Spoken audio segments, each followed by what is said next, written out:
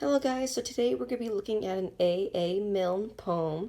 And just a reminder that A.A. Milne is our new author study for the remainder of this week and a little into the following week after we get back from vacation.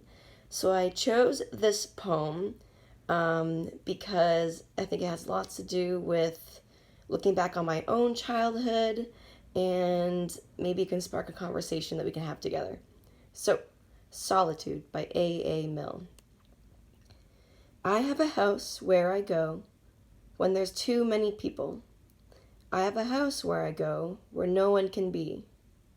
I have a house where I can go where nobody ever says no, where no one says anything, so there is no one but me. So what I like about this poem is the author, or like the narrator in this poem, this little boy, he doesn't mind being alone, which I think is very interesting because I don't think a lot of kids like to be alone. However, he finds like some sort of peace or happiness with being alone, which I find interesting because that was kind of like me when I was younger. I didn't really like to be around a lot of people. I just kind of like to do my own thing. And what he describes in his solitude is kind of like a safe space, right? He talks about a place where he feels comfortable. No one else really knows about it. No one else can really understand but him. And it looks like his safe space is kind of like a little tent that he built. It looks like it's outside, right? So it looks like it's a kind of like a fort. And that also reminds me of my childhood because I loved building forts around my parents' house. And that was a space for me to kind of do my own thing and be myself.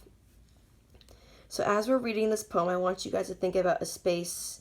It could be in your house, or it could be like somewhere across the world. It could be anywhere. So the point of this poem is, although he says, I have a house where I go, it's not the house he lives in, but it's the house that he built on his own, like a fort.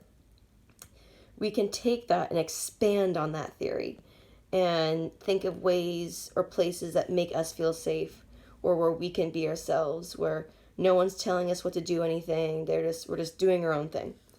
So as you reread this poem by yourself, I want you guys to think of a place like this.